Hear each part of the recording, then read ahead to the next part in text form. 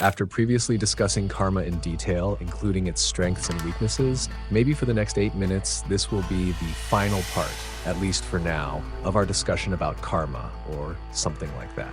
But before we decide which one is actually better, let's first briefly talk about Orochimaru's reincarnation. Yeah, disclaimer, even though the Naruto series ended quite a long time ago and there might be a few parts I don't remember perfectly, maybe you guys can help correct me if I'm wrong. But at the very least, I'm pretty sure that from everything I'm explaining here, there's no misinformation. I still remember it well. So yeah, talking about Orochimaru's reincarnation, I'll try to explain it in a way that's easy to understand. In the Naruto series, Orochimaru, who is an evil scientist conducting illegal experiments involving human bodies, has a super smart way to live forever and doesn't even want to die just because of old age. And one of his methods? He doesn't keep his body young like we might think. Instead, he moves from one body to another, and of course, those are other people's bodies. But looking at Orochimaru's body so far, it's actually not his true form or body, because in reality, his true form is a huge white snake. And in terms of appearance or something like that, he might be the character who has been our nightmare since we were very young.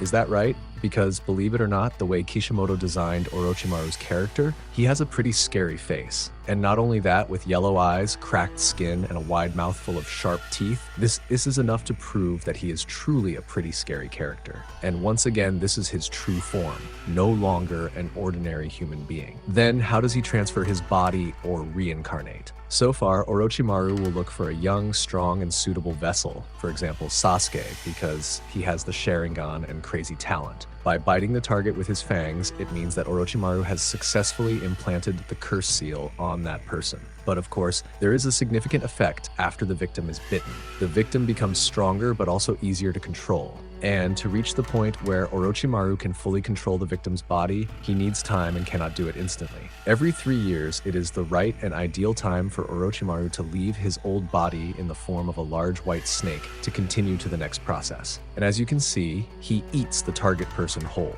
Inside his stomach, or a special space in the snake's body, Orochimaru enters the person's mind and body. He erases or suppresses the person's soul, then takes complete control of their body. Orochimaru can change the appearance of the new body he uses to resemble himself again in every detail. And speaking of advantages, Orochimaru remains 100% himself and does not lose his memory or personality. And the cool thing is, he can take bonuses from the new body if that person has special powers. In other words, at this point, Orochimaru controls the abilities of the victim's body. Not only that, but the more reserves or seals he plants in multiple bodies, the more he can revive himself through the curse seal in others if he dies. However, at least so far in the Boruto era, he has become more skilled and rarely changes bodies anymore because his body is more stable. Yeah, at least that's what I know. However, if we're talking about weaknesses, at least these 3 points are the most significant. First, he has to wait 3 years before he can transfer again. If he's late, his body will experience effects that make him weak and sick. Second, the process is complicated. He has to prepare the target first,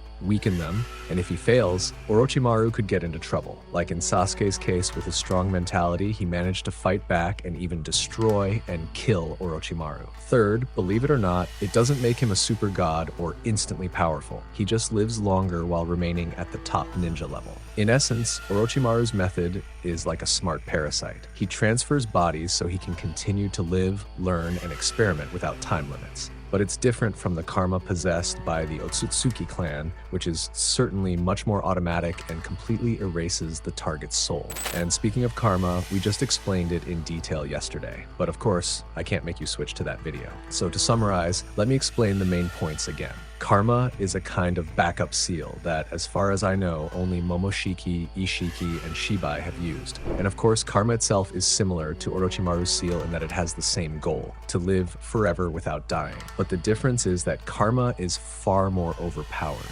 Imagine this. If an otsutsuki is dying or their body is almost completely destroyed, especially if they have planted karma in another person's body before dying, karma is like a compressed file containing the otsutsuki's DNA, soul, and immense power. Once planted, karma slowly infects the vessel's body and automatically revives the otsutsuki in that vessel. And from what I've seen, the process of how the otsutsuki implant karma into the body of their chosen vessel is quite ridiculous. Yeah, as you saw when Ishiki was about to die, by hugging the victim's body, he automatically successfully succeeded in implanting karma into Kawaki's body. But once again, perhaps the appropriate phrase to describe how each otsutsuki implants karma into their chosen vessel is touch or energy transfer. That seems to accurately represent how each otsutsuki implants karma, right? But what do you think at this point? Oh yeah. Just like Orochimaru's seal, the Otsutsuki Karma seal also has a similar mark. One of them is that the Karma seal appears on the palm of the hand in a circular or square shape. Yeah, like you see. And if the seal or Karma is active, it will form a different pattern depending on where the source or point of the seal is. If we look at Sasuke, it starts from the neck, while the Karma is on the palm of the hand. Initially, the vessel can still control Karma. He can activate the seal to get a huge power boost, such as drastically increased physical strength, the ability to absorb ninjutsu, and even use some of the Otsutsuki's unique abilities, such as opening portals or teleportation. However, over time, Karma began to overwrite the vessel's DNA. This means that the user's body was slowly rewritten into an Otsutsuki body. The higher the progress, the stronger the Otsutsuki's consciousness became, while the vessel's original identity weakened. In the final stage, if the process reaches 100%, the Otsutsuki will fully awaken in that body. The vessel's soul is essentially lost, and their body becomes completely the property of the Otsutsuki.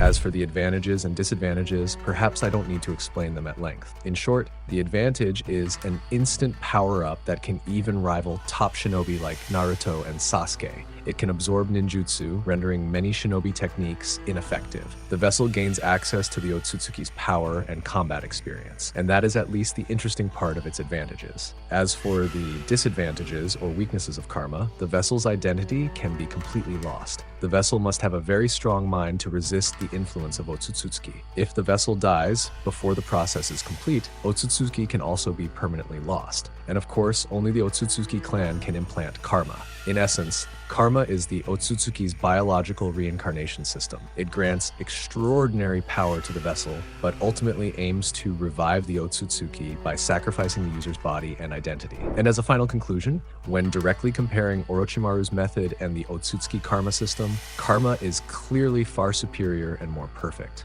Orochimaru's technique in Naruto does allow him to live a very long time by transferring his soul into a new body. However, the process is complicated. He must find a suitable vessel, there is a time limit on its use, and the new body may reject him. In addition, the power he gains does not change drastically. Orochimaru remains at the same ninja level. In contrast, the karma system works much more efficiently. Karma automatically copies all of the Otsutsuki's biological data into the vessel's body, while providing a huge power-up such as ninjutsu absorption, extreme physical enhancement, and access to the Otsutsuki's unique abilities.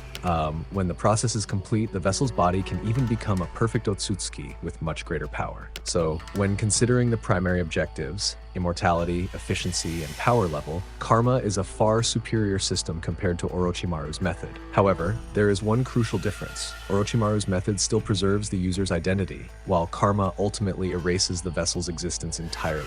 That's why karma is considered a far stronger evolved version, but also far more brutal. But at this point, which do you think is far better and more perfect? Let me know in the comments. If you enjoyed this video, help me reach 100 likes. I'm Nim without the E. See you in the next video. Bye-bye, Dadabayo.